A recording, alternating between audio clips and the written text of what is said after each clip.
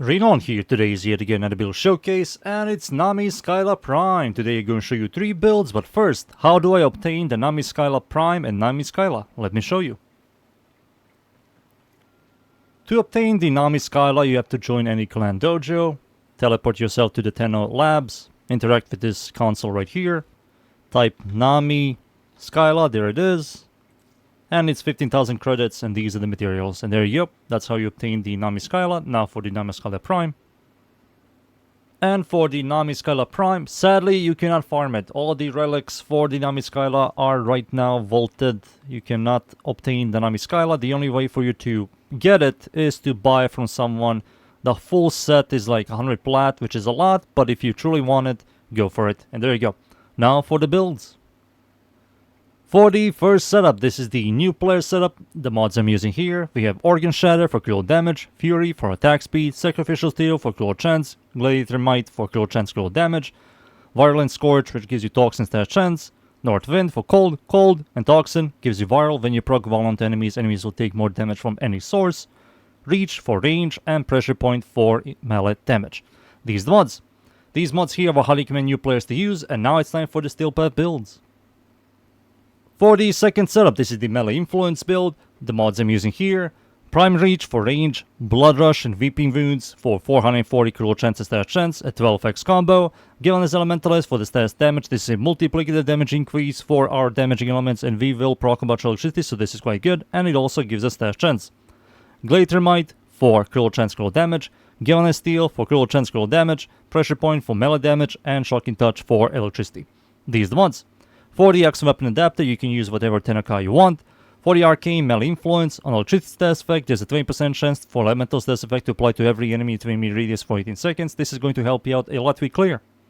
For the stats, the attack speed is very good, range is average, follow through is below average, Riven Dispo is good, critical chance, critical damage, increased damage is by far the best in slot, and I will remove Pressure Point for it. Critical chance is, I think it's good, critical damage is average, stash chance is very good, and total damage is slightly above average. Overall, stats are good. These are the stats, the mods, the arcane, and now for the final setup. This is the melee exposure setup. The mods I'm using here, Prime Reach for range, Blood Rush and Weeping Wounds are still here, viral damage, increased damage, critical chance, critical damage, critical chance, critical damage. And there you go. These are the mods. For the Axe Weapon Adapter, use any Tenakai you want.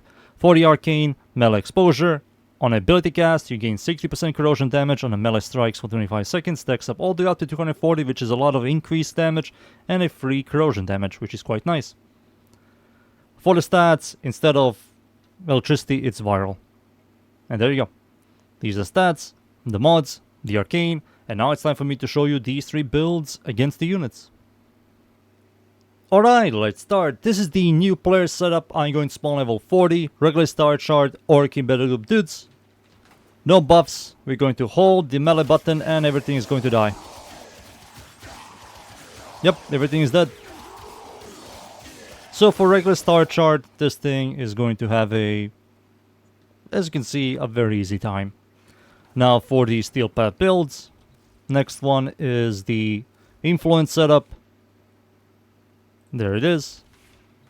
So the weapon has a really high attack speed, base attack speed, and it also has a very high base stash chance. So you're going to spread a bunch of... Oh, these guys are regular star chart, excuse me. Spawn level 205. There they are. Where was I? So it has a really high base stash chance.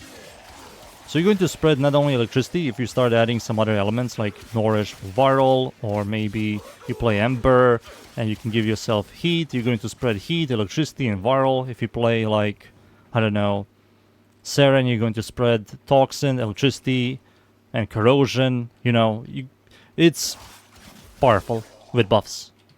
I'm going to use my first ability and my fourth ability, so now I'm going to spread electricity, heat, and viral. Let me show you again. So influence on this thing is good. Yeah, look at this thing. Yeah, it's quite good. Now for the final setup. Exposure.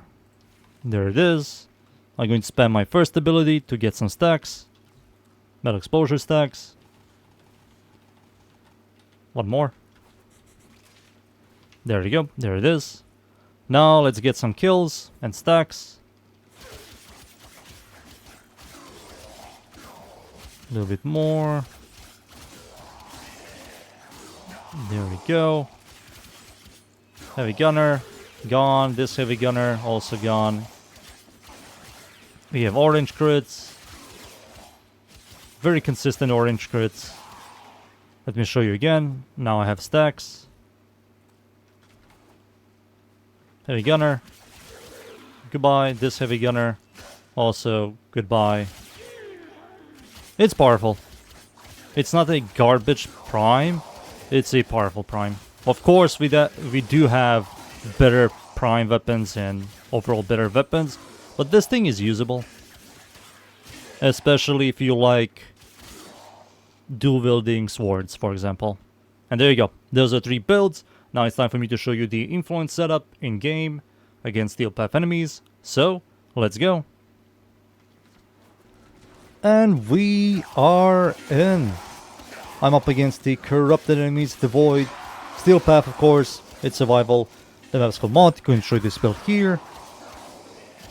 Influence, of course. The weapon does have a horrible follow-through and range, so I have to use Influence. And also, of course, Influence KDA is the best one. It has a high base dash chance, which complements a Influence setup a lot compared to anything else. And once I add some buffs, this thing is going to clear really well.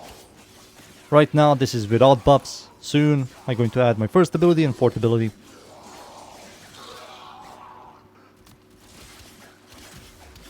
Alright, time to add. There we go.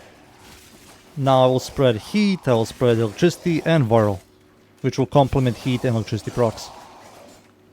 They're going to do a lot more damage. There we go. Spread it. Goodbye. 100 plat for this thing is kinda ridiculous. So it's all up to you guys. I will not recommend, but if you really want this thing, go for it. But I will not recommend.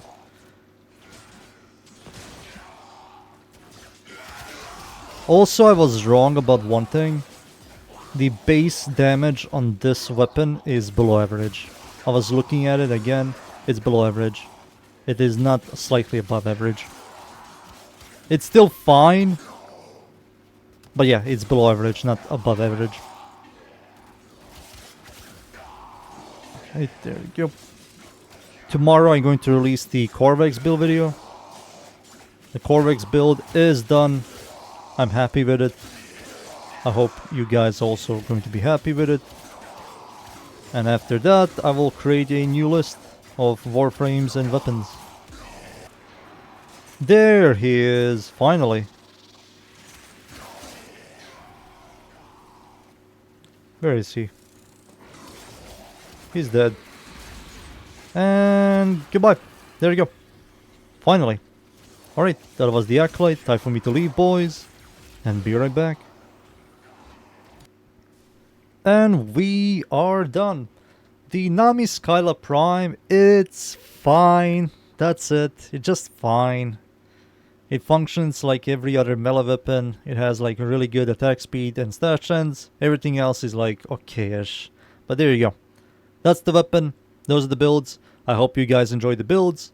Thank you yet again everybody for watching. Leave a like and sub. And of course, see you all next time. Thank you. Goodbye.